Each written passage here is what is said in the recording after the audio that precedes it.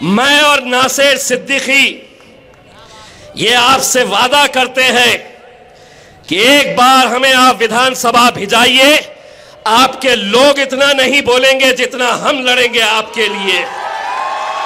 ये है एफिडेविट। उनके पैरों को पकड़ के मैं सिर्फ यही दुआ कर रहा था कि अल्लाह, मैं सब कुछ छोड़ दूंगा, मैं सियासत भी छोड़ दूंगा, मुझे नहीं चाहिए ये एमपी। जिस जरंगे पाटिल ने मराठा समाज को बेदार किया, एक छोटे से गांव का एक मामूली सा आदमी अपने कौम के लिए, अपने समाज के लिए जब लड़ता है तो कैसा पूरा समाज आग बन करके उसके पीछे चला जाता है। जब उन्हें यह एहसास हुआ कि मराठा समाज हमारा साथ नहीं देगा, अतुल सावे गार्डियन मिनिस्टर थे, जब वहां पर जरंगे पाटिल और उनके समर्थकों पर लाठीचार्ज किया गया। ये इम्तियाज जलील है, महाराष्ट्र के, हिंदुस्तान की पार्लियामेंट के अंदर महाराष्ट्र के 48 मेंबर ऑफ पार्लियामेंट है, लेकिन उस पार्लियामेंट के अंदर किसी और ने नहीं, इम्तियाज जलील ने खड़े रहकर पूरे पार्लियामेंट के अंदर जरंगे पाटिल का नाम लेकर यह कहा था कि हमें सीखना चाहिए जरंगे पाटिल से, जिसने एक आदमी ने पूरे महाराष्ट्र की नाक में दम करके रखा है हुकूमत की। जरंगे पाटिल साहब ने यह कहा है कि हम उनका साथ देंगे जो हमारे मुद्दे को उठाएगा। जरंगे साहब, आपने तो मुझसे बोला भी नहीं था, लेकिन उसके बावजूद, चाहे वो मैं हूं या मेरे कायद बैरिस्टर असदुद्दीन अवैसी साहब हो, उन्होंने हमेशा आपका समर्थन किया है, तायीद किया है। और मैं आज आपको इस एफिडेविट के जरिए, इस वचननामा के जरिए मैं और नासिर सिद्दीकी ये आपसे वादा करते हैं कि एक बार हमें आप विधानसभा भिजाइए, आपके लोग इतना नहीं बोलेंगे जितना हम लड़ेंगे आपके लिए। ये है एफिडेविट। लेकिन अगले 2-3 दिनों के अंदर क्या क्या साजिशें होने वाली है, आप अच्छी तरह से समझ सकते हैं मेरे भाई। आप ये समझ लीजिएगा कि किसी के बोलने पर अगर हमारा यहाँ का वोट अगर तकसीम हो गया तो आप समझ लीजिएगा वो वोट सीधा भारतीय जनता पार्टी की झोली में जाने वाला है। सरकार उनकी है, प्रशासन उनकी है, पुलिस उनकी है, हर तरीके से वो अपने बल का, अपनी ताकत का इस्तेमाल करने वाले हैं। हमारी आपकी ये जिम्मेदारी है कि हम लोग इस इलेक्शन को कैसे लड़ते हैं। 20 तारीख हमारे लिए बहुत मायने इसलिए रखता है, और ये सीट जो है, यकीन मानिए सारे हिंदुस्तान की नज़र इसलिए लगी हुई है कि सभी लोग जानते थे कि यहाँ पर मुझे हराने के लिए 28 मुस्लिम किए गए थे। 10 तो पीछे हो गए, 2-3 के फॉर्म्स रिजेक्ट हो गए, अब भी 15 है। कौन है ये जिनके 20-20 ऑटो रिक्शा दौड़ रहे हैं, जिनकी सभाओं में, जिनकी रैली के अंदर 300-300, 500-500 वाली महिलाएं भी वहां पर साथ में घूम रही है।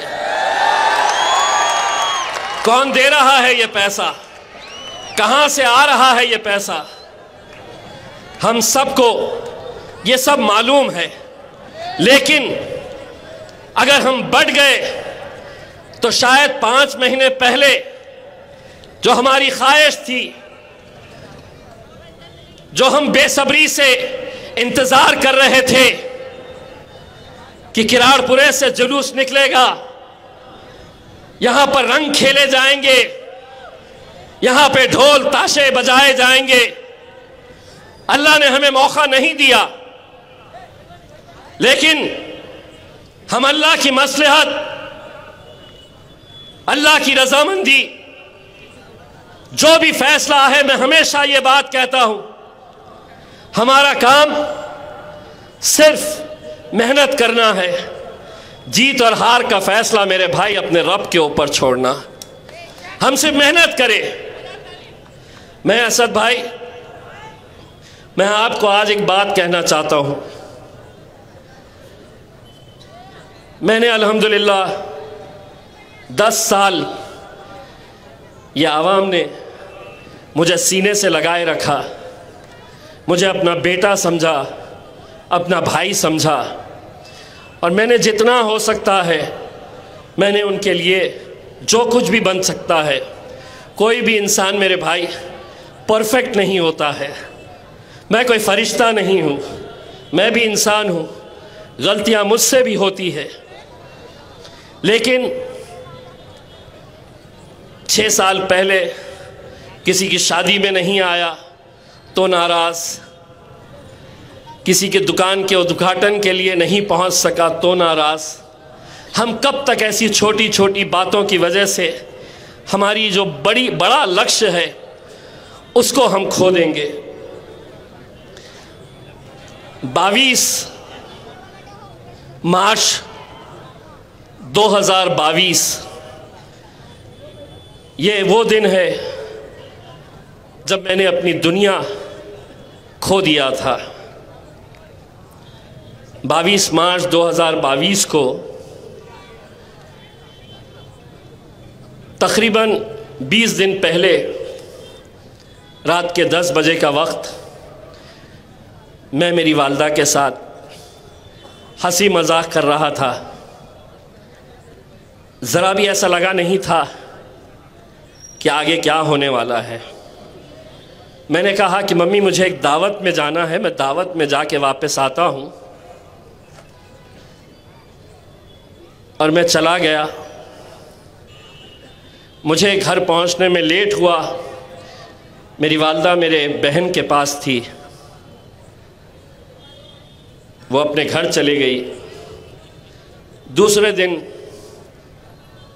मेरे भाई का फ़ोन आता है कि वालदा को ब्रेन स्ट्रोक हुआ है। वो 20 दिन अस्पताल में कैसे हमने निकाले। मुझे ऐसा लगता है कि मेरी वालदा वैसे ही नहीं मरी। कहीं ना कहीं वो हर रोज़ मेरी कमी महसूस करती थी। वो चाहती थी कि मैं ज़्यादा से ज़्यादा वक्त उसके साथ बैठूं, लेकिन मैं बैठ नहीं पाता था। 22 तारीख के दिन जब हॉस्पिटल में डॉक्टर ने कहा कि बहुत मुश्किल है, आप प्रार्थना करिए, मैं मेरे मम्मी के पैरों के पास खड़ा हुआ था। उनके पैरों को पकड़ के मैं सिर्फ यही दुआ कर रहा था कि अल्लाह मैं सब कुछ छोड़ दूंगा, मैं सियासत भी छोड़ दूंगा, मुझे नहीं चाहिए ये एमपी, कोई एमएलए मुझे बनना नहीं है। मैं उसके पैर पकड़कर बस यही दुआ कर रहा था, या अल्लाह मेरी मम्मी की आंखें खुलवा दे। मैं पूरा वक्त मेरी माँ को देना चाहता था। मैं वो स्क्रीन पर देख रहा था कि उसके हार्ट बीट्स किस तरीके से ख़त्म होते जा रहे थे।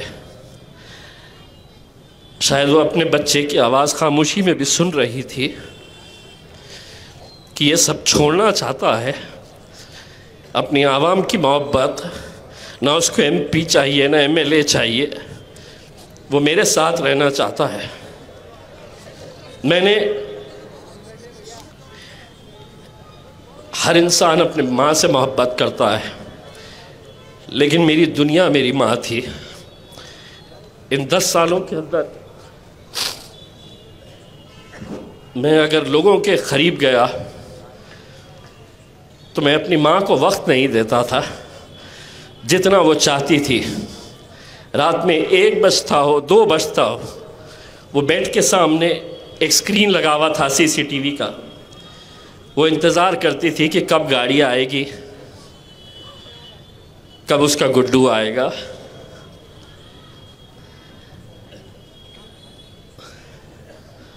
दोस्तों, और अगर उस दिन मेरी माँ आँख खोल देती तो शायद मैं सियासत में नहीं रहता।